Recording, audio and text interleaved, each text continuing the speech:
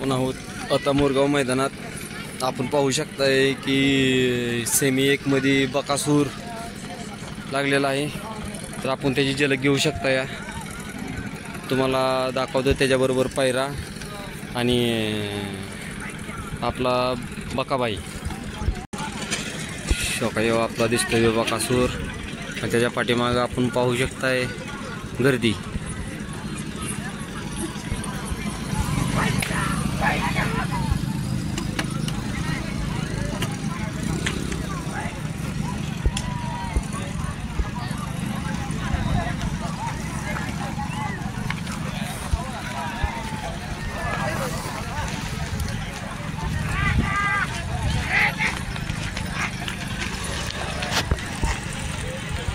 Semi 1 मध्ये बकासूर पळणार आहे मोरगाव मध्ये।